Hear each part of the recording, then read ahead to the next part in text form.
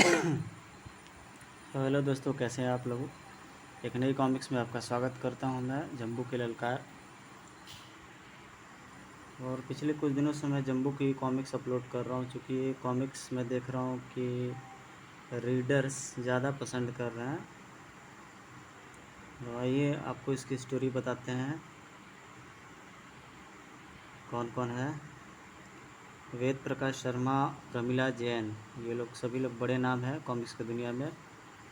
Everyone is familiar about from their name. भावा अंतरिक्ष केंद्र में एक षड्यंत्र हुआ और जम्बू का अपहरण करके अंतरिक्ष में छोड़ दिया गया।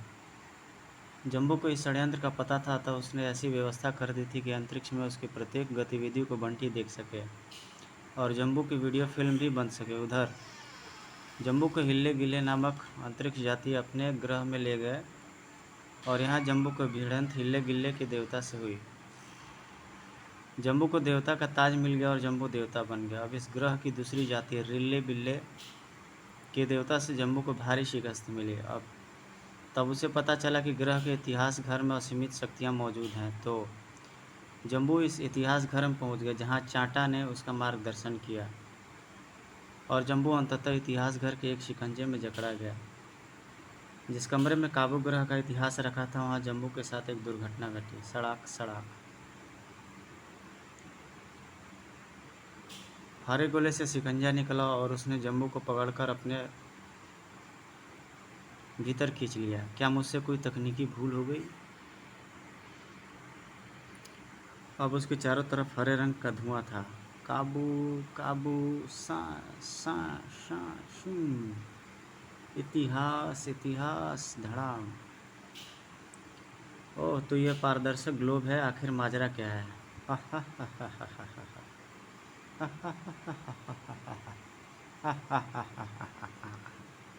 कौन है? सामने आओ। मैं कहता हूँ सामने आओ, वरना मैं यह इतिहास घर तबाह कर डालूंगा। अभी तक इस ब्रह्मांड में ऐसा कोई शक्ति पैदा नहीं हुई जो काबू के इतिहास घर को तबाह कर दे। अगर यकीन ना हो तो कोशिश करके देख सकते हो। सबसे पहले तो मैं यह गोला तोड़ता हूँ, फिर तुम्हें विश्वास हो जाएगा। ठक। ओह, जम्बू ने अपने नेत्र शक्ति का प्रयोग किया। है यह क्या? मेरे नेत्र से कोई किरण नहीं निकल रही है। जम्बू ने सिर से चक्र निकालने चाहे,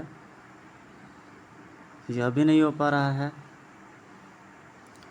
तुम्हारा यहाँ केवल मस्तिष्क कार्य करेगा, इसके अतिरिक्त तो कुछ भी नहीं।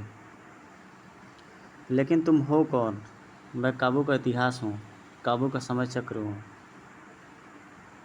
ऐ महाकाल शनिश्चर, तूने यह बहुत बड़ा अपराध किया कि काबू के अविकसित हिल्ले गिल्ले को मूर्ख बनाकर उनके देवता की हत्या करके खुद देवता बन गया। तुमने उन्हें बताया कि तुम पृथ्वी ग्रह के प्राणी हो, किंतु इतिहास घर तुम्हें पहचानता है। तुम काबू के महाविनाशकारी शत्रु हो। तुम हमें धोखा नहीं दे सकते महाकाल, और अब तुम यहाँ से वापस भी नहीं लौट सकते। मुझे तुम्हारी जानकारी पर हंसी आती है। समय चक्र, तुम्हें यह भी पता नहीं कि पृथ्वी ग्रह से आया मेरा विमान अंतरिक्ष में खराब पड़ा है और काबू में मुझे तुम्हारे लिए हिल्ले गिल्ले ही लाए हैं। हम प्रमाणित करेंगे कि तुम शनिश्चर हो। प्रमाणित करके दिखाओ। तो फिर मैं तुम्हें समय गति द्वारा पीछे ले जाता हूँ। तुम इस स्थान पर बैठे बैठे काबू के बीते समय की ओर प्रस्थान करोगे। क्या मतलब? हमारे इस इतिहास घर में और भी बहुत सारी विशेषताएं हैं। देखो, हम तुम्हें किस तरह जीवित ही मृत काल में ले जाते हैं। सर सर सर सूं सूं। जम्बू का ग्लोब उल्टा घूमने लगा। ओह, मैं कहाँ आ गया? यह तो इतिहास घर तो नहीं है। ये तुम्हारे यह गोला अब काबू के अंतिम विश्व युद्ध में खड़ा है। देखो, तुम खुद अपने कारनामे देखोगे। काबू का अंतिम विश्व युद्ध वर्तमान से 10,000 पूर्व तुम पहुंच चुके हो। करड़ करड़ करड़ धड़ाम। ओह, यह आकाश पर उड़ता मानव कौन है जो इस ओर आ रहा है? हैं, यह तो सचमुच मैं हूँ। धड़ाम। पृथ्वी पर बंटी यह सब देख रहा था। एक साथ दो दो जम्बू देखकर वह चौंक पड़ा। हैं, यह क्या है? दूसरा जम्बू कहाँ से आ गया? सुनो बंटी, मैं जिस मशीन में बंद हूँ इसने मुझे 10,000 वर्ष पीछे पहुँचा दिया है। दूसरे जम्बू को देखकर दो बातें समझ में आती है। एक तो यह कि मेरा कोई हमशक्ल है जिसका नाम शनिश्चर है। दूसरा यह कि 10,000 साल पहले मैंने इस ग्रह पर आक्रमण किया था और तब मेरा नाम जम्बू नहीं शनिश्चर था। फिलहाल तुम इस जम्बू के घमासान युद्ध के दृश्यों का आनंद लो। काबू के एक शहर में सू सू जू जू। हमारी सारी सेना अब काबू पर उतर चुकी है। हमने काबू के सारे शस्त्रागार समाप्त कर दिए। इनकी आबादियाँ, इनकी आवारगियाँ ख़त्म कर डाली। बस काबू की भूमिगत राजधानी पर हमारा आक्रमण सफल नहीं हो पाया। इस भूमिगत राजधानी के चारों तरफ जिस धातु का कवच है उसे कोई शस्त्र नहीं भेद सका। हे सम्राट महाकाल शनिश्चर, मैं आपका सेनापति हूँ और मैंने काबू के शहरों को फतह करने में पूरी सेना झोंक दी, किंतु यह राजधानी का सुरक्षा कवच टूटना नामुमकिन है। और 2 ग्रह इस महासागर में हमारी सामरिक शक्ति 1/4 बची है। इस शक्ति का यदि हम प्रयोग करते हैं तो हम स्वयं भी संकट में फंस सकते हैं। सेनापति राहु, यह शक्ति झोंकने से हमें क्या खतरा है, साफ साफ बताओ। इस सामरिक शक्ति को झोंकने पर हमारे ग्रह की रक्षा के लिए शक्ति शेष नहीं रहेगी। ऐसे में यदि किसी ने हमारे ग्रह पर आक्रमण कर दिया तो हमारा वही हश्र हो सकता है जो काबू ग्रह का हुआ। काबू की 2 महाशक्तियाँ थीं, हिल्ले गिल्ले और रिल्ले बिल्ले। इन दोनों के आपसी युद्ध में रिल्ले बिल्ले पराजित हुए तो हिल्ले गिल्ले की सामरिक शक्ति सूक्ष्म रह गई, जिसका हमने पूरा लाभ उठाया और बड़ी आसानी से काबू पर फतह पा लिया। हे सम्राट, इससे पहले हमने कितनी बार काबू पर आक्रमण किया परंतु हमें सफलता नहीं मिली।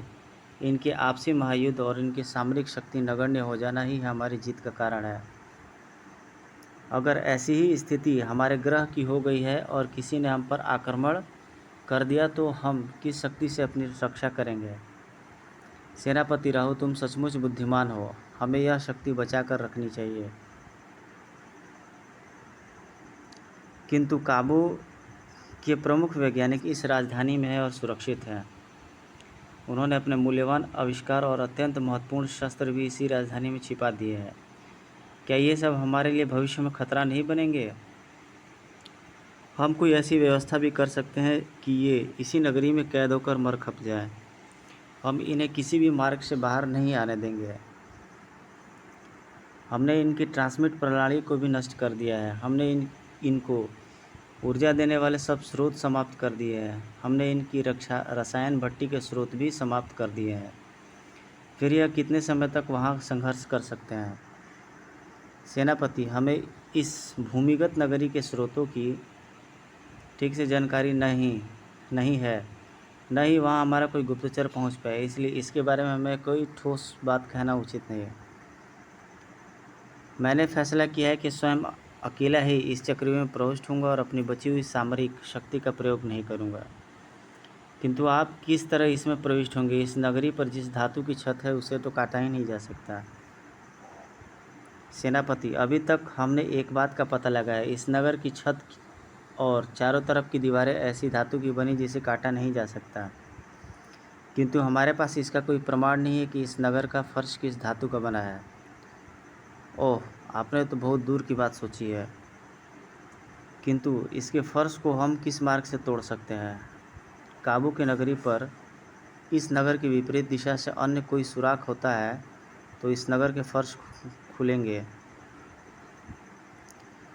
किंतु यह तो हज़ारों मील लंबा रास्ता होगा। इतना बड़ा सुराख बनाते बनाते तो बहुत समय लगेगा और हो सकता है कि इन्हें पता चल जाए, यह उसका भी विकल्प तलाश कर ले। यह सुराख किसी यंत्र से नहीं होगा और सेनापति राहु और नहीं, इसमें लंबा समय लगेगा। यह मेरे पैरों की ड्रिल मशीन करेगी और एक बात तो तुम जानते ही हो कि मेरे शरीर में ऐसा भी यंत्र है कि मुझे किसी भी तरंग से देखा नहीं जा सकता। मैं अपने इर्द गिर्द हवा की गति रोक सकता हूँ। उस सूरत में तो हम भी ना तो आपकी आवाज़ सुन सकते और ना ही आपको देख पाएंगे। आपके साथ कुछ अनिष्ट हो गया तो अनिष्ट की सूरत में मैं फिर प्रकट हो जाऊंगा। अब मुझे ही इस नगर में प्रविष्ट होना है। सेनापति, मैं अपने इस अभियान पर रवाना हो रहा हूँ। तब तक तुम दिखलावे के लिए बचे खुचे नगरों पर हमले का नाटक करते रहो। शनिश्चर काबू की राजधानी की विपरीत दिशा की धरातल पर पहुंचा। राहु, अब मुझे देखा नहीं जा सकता। जम्बू भी शनिश्चर को नहीं देख पाया है। यह क्या, यह तो मेरी नज़र से भी गायब हो गया। बंटी भी चकित था, शनिश्चर गायब हो गया। यह शनिश्चर दो चीज़ों में अनोखा है। यह दो चीज़ों जम्बू में नहीं है। क्या? एक तो वह रॉकेट की तरह हवा में उड़ता है, दूसरे वह हवा का मार्ग भी रोक सकता है। वह ऐसी व्यवस्था कर सकता है कि न तो उस तक कोई प्रकाश पहुँचे, न ही कोई तरंग। तभी वह कैमरे या टीवी से गायब हो सकता है। तुमने बुद्धिमानी की बात की है बंटी। मैं काबू के समय चक्र से यह सवाल करूँगा। समय चक्र क्या? तुम भी शनिश्चर को उस वक्त नहीं देख पाए? हम भूमिगत नगरी से हर जगह देख सकते थे, किंतु उस समय हम शनिश्चर को नहीं देख पाए, इसलिए तो वह भूमिगत नगर में प्रविष्ट होने में सफल हो पाया। इधर काबू की भूमिगत नगरी में फर्श तोड़कर निकला। राहु, अब तुम मुझे देख सकते हो और मेरे साथ इस नगर के दृश्य भी देखोगे। बड़ा सुंदर नगर है। इसे तबाह करने का तो मन नहीं करता, परंतु युद्ध में सब जायज़ हो जाता है। जूम। यहाँ पर कृत्रिम सूरज उगता है, कृत्रिम आकाश है, जीवन उपयोगी वायु है और स्वचालित सड़कें हैं। और अभी भी यहाँ वैसे ही चहल पहल है जैसे कुछ न हुआ ही न हो। भूगर्भ राजधानी में एक कंट्रोल वॉच स्टेशन था। सावधान, निगरानी नियंत्रण कक्ष। शहर के नगर के पूर्व में महाकाल शनिश्चर को देख रहा हूँ। मेरा चैनल ऑन करो। ठीक है, हम देखते हैं। ओह, सचमुच महाकाल शनिश्चर। खतरा। सारे नगर में खतरे का अलार्म जल उठा। टी टी टी टी टी टी टी टी वू वू वू वू वू वू वू वू वू। नगर की चहल पहल भगदड़ में तब्दील हो गई। टी टी टी टी। कोई बड़ा खतरा है, सब लोग इमारतों में समा जाओ। ओह, घुप अंधेरा फैल गया नगर में। आकाश पर चमकता सूरज गायब हो गया। शहर में खतरे का सायरन बज रहा है। इसका मतलब अब उन्हें मेरी उपस्थिति पता चल चुकी है। टी टी टी टी टी। सबसे पहले मुझे वह दिशा और स्थान तलाश करना है जहाँ से सायरन बज रहा है। वायु की तरंगों की ध्वनि दिशा। खट। ज्ञात करने वाले यंत्र से पता करता हूँ। अब मुझे इस ध्वनि दिशा में ही बढ़ना चाहिए। वह हमारी तरफ आ रहा है। सुरक्षा चिप, उसे रोका जाए, उचित है। नगर के सुरक्षा नियंत्रण कक्ष में भी अब शनिश्चर को देखा जा रहा था। स्टेशन 0, शनिश्चर को समाप्त कर दो। Okay chief. सू सू सू सू। भड़ाक भड़ाक भड़ाक भड़ाक। साए साए साए साए। हिल्ले गिल्ले के हवाई दस्ते ने मुझे घेर लिया है। ऋषिम। सिर सिर टर टर। ठाक। ऋषिम। जू। सर। तड़ाक। शनिश्चर ने अपने सर से चक्र फेंकने शुरू कर दिए। पहला हवाई दस्ता तो ख़त्म हुआ। मेरे ख्याल से हमें सायरन का ध्वनि प्रसारण बंद कर देना चाहिए। वह ध्वनि से ही दिशा ज्ञात करके इस ओर बढ़ रहा है। ध्वनि दिशा समाप्त हो गई। फिर भी मैं उस केंद्र तक तो पहुंच ही सकता हूं जहां से मुझ पर हमला हो रहा है। बड़ाम बड़ाम बड़ाम बड़ाम। ओह, दूसरा दस्ता।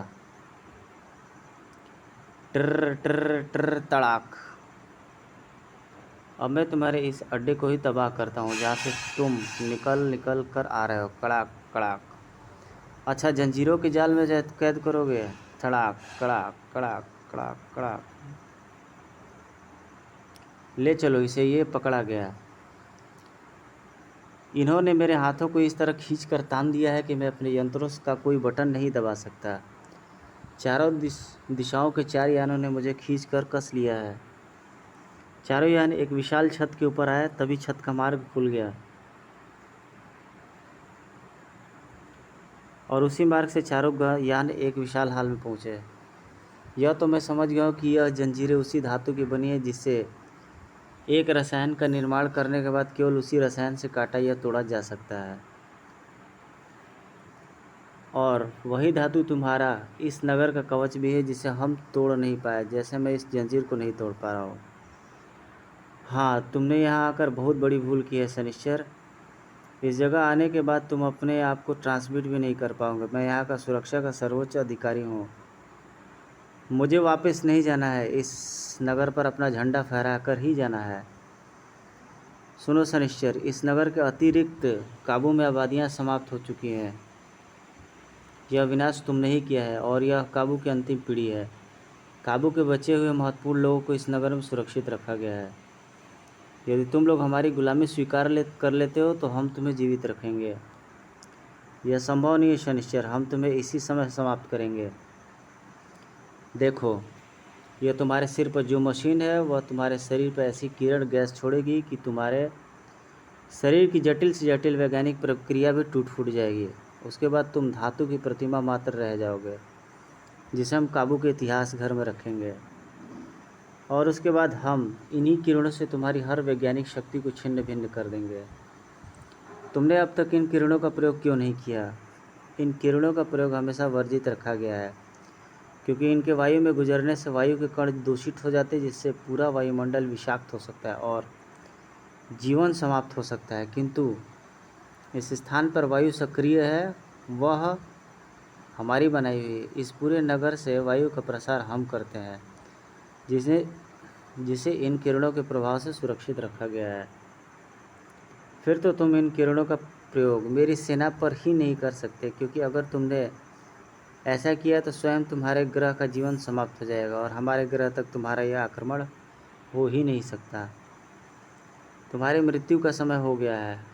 मरने से पहले एक बात पूछना चाहता हूँ। मैं तुम्हारे उस वैज्ञानिक से मिलना चाहता हूँ जिसने इन किरणों का आविष्कार किया और जिसने कृत्रिम वायु उत्पन्न की है। मैं तुम्हारा संदेश काबू के महान वैज्ञानिक सामा तक पहुँचा सकता हूँ। यदि वे तुमसे मिलना चाहेंगे तो स्वीकृति मिल जाएगी।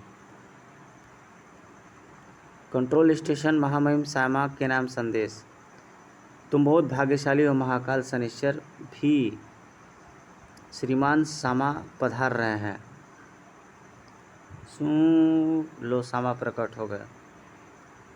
सामा को देखकर जम्बू उछल पड़ा। यह तो मैं स्वयं हूँ, यानी कि भावा, वैज्ञानिक भावा, जिसका मस्तिष्क जम्बू में लगा, अर्थात मुझमें। उछल पड़ा पृथ्वी पर बंटी भी। यह क्या तिलिस्मी चक्कर है जम्बू? पिता भी उसी ग्रह में, वो भी 10,000 साल पहले। मैं खुद चक्कर खा गया। पहले देखता हूँ आगे होता क्या है।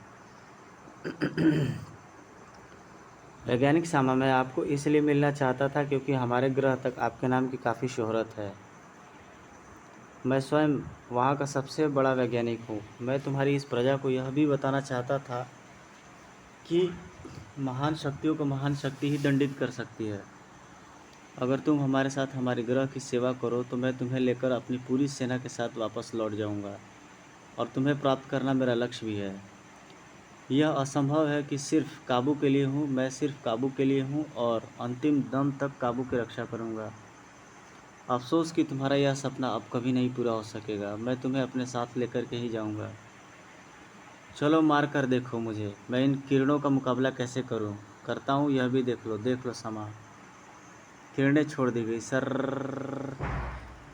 इसी समय शनिश्चर के सब अंग अलग अलग होकर बंदी स्थान से हट गए। है आश्चर्य, ठाक तड़ाक। अब काबू का सबसे बड़ा वैज्ञानिक सामा मेरी प्रकरण में है। मेरी उंगलियों की साधारण सी हरकत सामा को ख़त्म कर देगी। इसलिए सुनो काबू के योद्धाओं, अगर तुम्हें सामा जीवित चाहिए तो अपने हथियार फेंक दो। मुझे इन जंजीरों से मुक्त करो। ठक ठक ठक ठक। काबू के योद्धा सामा की प्राण रक्षा के लिए शनिश्चर की आज्ञा का पालन करने को विवश थे। हे योद्धाओं, तुम मेरे प्राणों की चिंता मत करो। इसे ख़त्म कर दो। हर तरफ से इस पर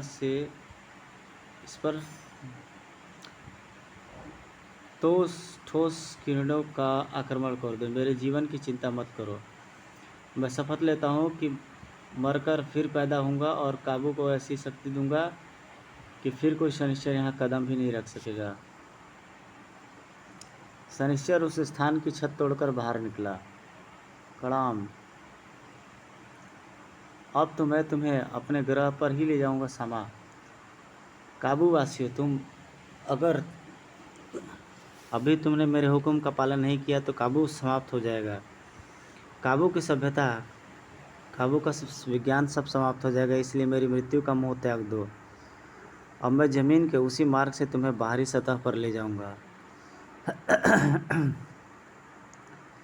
शनिश्चर सामा को बाहर लेकर आया। काबू की अंतिम पीढ़ी ने मेरे प्रति बहुत आदर दिखाया जो तुम्हें बाहर आने दिया, किंतु यह मत समझना कि काबू पराजित हो चुका है।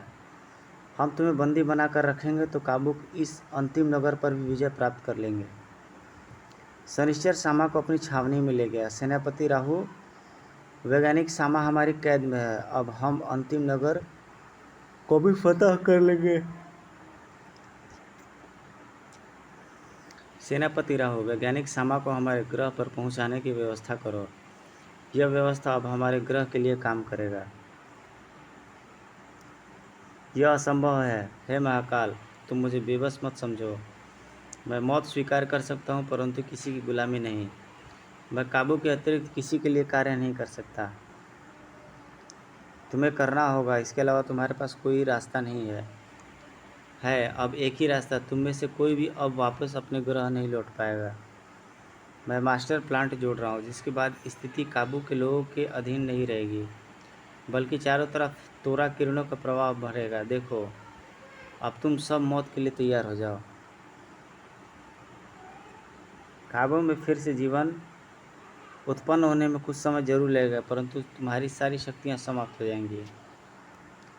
यह अंगूठी निकलते ही मास्टर प्लान फट जाएगा। करड़ करड़, अब मैं भी मृत्यु से पर पहुंच गया। काबू की धरती को अलविदा कहता हूँ। काबू के भूगर्भ की छत फटने लगी। जब पूरे काबू पर भूकंप आ गया। करड़ करड़,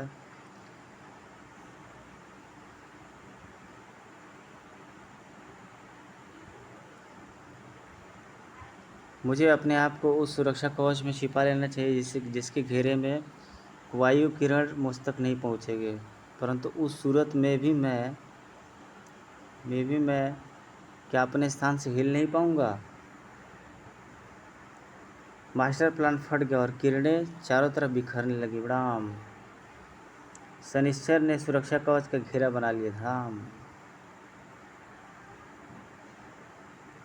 काबू में प्रलय आ गई, धरती फटने लगी। शनिश्चर की सेना तहस नहस हो गई। केवल शनिश्चर सुरक्षा कवच की वजह से बचता रह गया।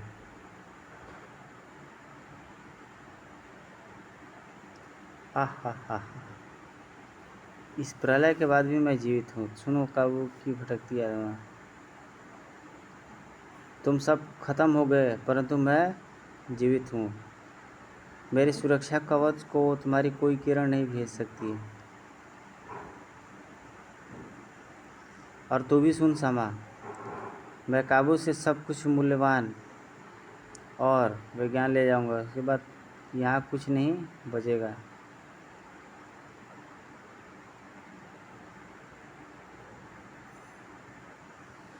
और उसके बाद यहाँ पे कुछ नहीं बचेगा। ओह, मैं काबू का अंतिम प्राणु हूँ जिसके प्राण शरीर से निकल रहे हैं। मैं मर रहा हूँ। सुन शनिश्चर, तुम मुझे इस जन्म में नहीं मार सकता।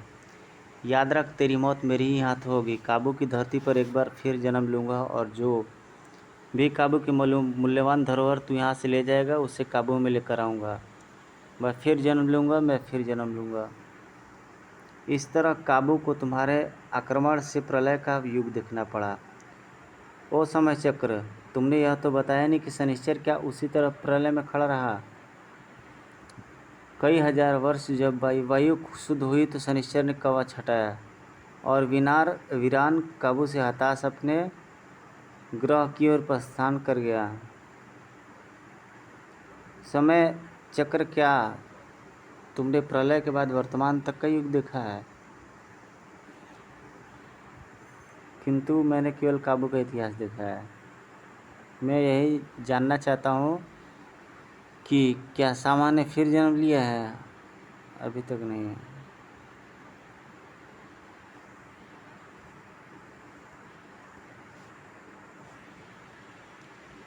तो ये जम्बू इससे बात कर रहा होता है, क्या यह नहीं हो सकता कि सामा ने दूसरे ग्रह में जन्म लिया हो?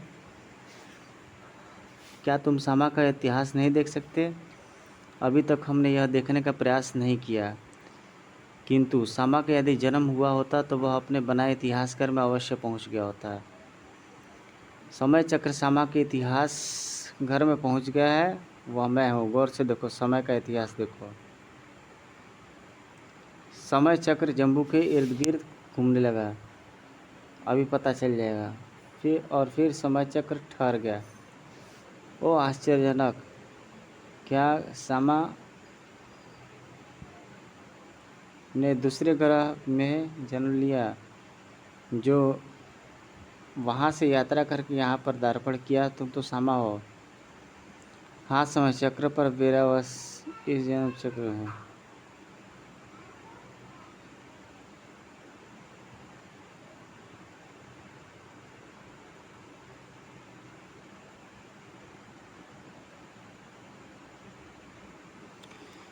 और फिर समय चक्र ठहर गया। समय चक्र जम्बू के इर्द गिर्द घूमने लगा, अभी पता चल जाएगा। और फिर समय चक्र ठहर गया। ओह आश्चर्यजनक, क्या सामा ने दूसरे ग्रह में जन्म लिया, जो वहाँ से यात्रा करके यहाँ पर दार्पण किया? तुम तो सामा हो। हाँ, लेकिन समय चक्र पर मेरा इस जन्म में जम्बू नाम है, सामा नहीं। मेरे शरीर में सामा का मस्तिष्क है। पृथ्वी में सामा का नाम भावा था।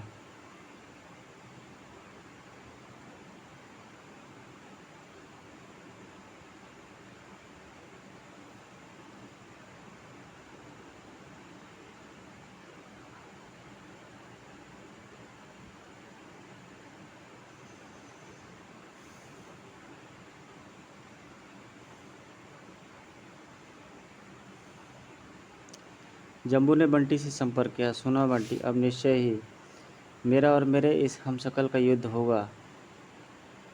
यह युद्ध पृथ्वी के किसी भी विश्व युद्ध से खतरनाक होगा। और शायद भावा ने मेरा निर्माण इसलिए किया होगा, किंतु दूसरे जन्म में उसे यह याद नहीं था कि पिछले जन्म में वह क्या था। फिर भी उनके अवचेतन मस्तिष्क में शनिश्चर जैसा मानव बनने की प्रक्रिया जन्म ले चुकी थी। मैं बहुत उत्साहित हूँ। क्या ऐसी व्यवस्था हो सकती है कि विश्व के टीवी चैनलों पर इसका सीधा युद्ध का प्रसारण हो सके? यह व्यवस्था बहुत सरल है। तुम किसी कंपनी से कांटेक्ट करके देखो। मैं स्टार टीवी से कांटेक्ट करता हूँ।